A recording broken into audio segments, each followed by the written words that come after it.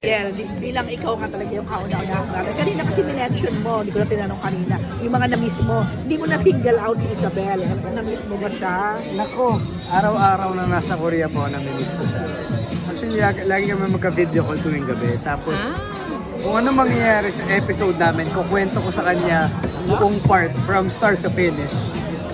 Ganon yung communication po namin dyan nga sa kanya. Alam mo, last season 1 ito, yung mga partner nila, parang nagkaroon ng special guesting sa show.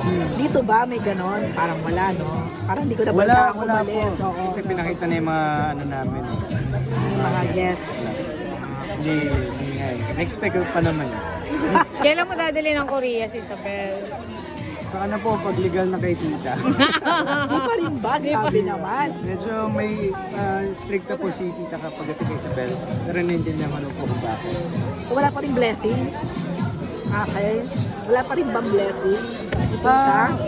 Nililigawan ko pa rin po silang dalawa. May bili po ako ng cakes nila. Ayaw nga. Dahil may Maria, bake shop na siya. Oo. Pero nasa na wala, hindi pa naman po kami. I mean, kung dadaling ko po siya sa Korea, hindi ko for sure makahuli po kaya. Unless kasama si tita. Willing kang iwan uli na matagal si Isabel. 43 days lang. Meron naman ng 10 taon na sa Pilipinas. Pero 43 days. So kung sakali Ano? lang may season 3, pwedeng 8 runner talaga. Okay. Alam ko yung China, parang more than 10 po. Bagay, gabi-gabi naman kayo magkausap eh. No? Saka kamis. Ano pa salubong mo sa kanya? Ako marami po.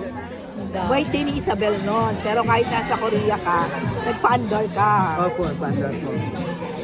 Mga pasalubong ko sa kanya, pinag-shopping ko siya. Sample. Mga damit, From Korean Korea. outfits. Oo.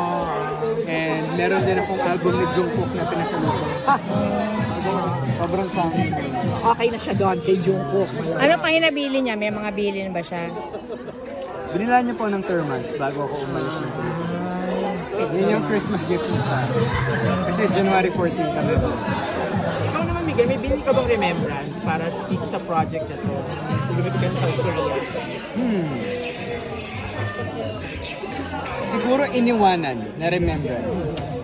Yung luck namin ni Isabel. Yung So Valentine's. babalikan niyo ni Isabel yung luck na yon. Sana makita niyo pa ulit. Sa dami. Sana.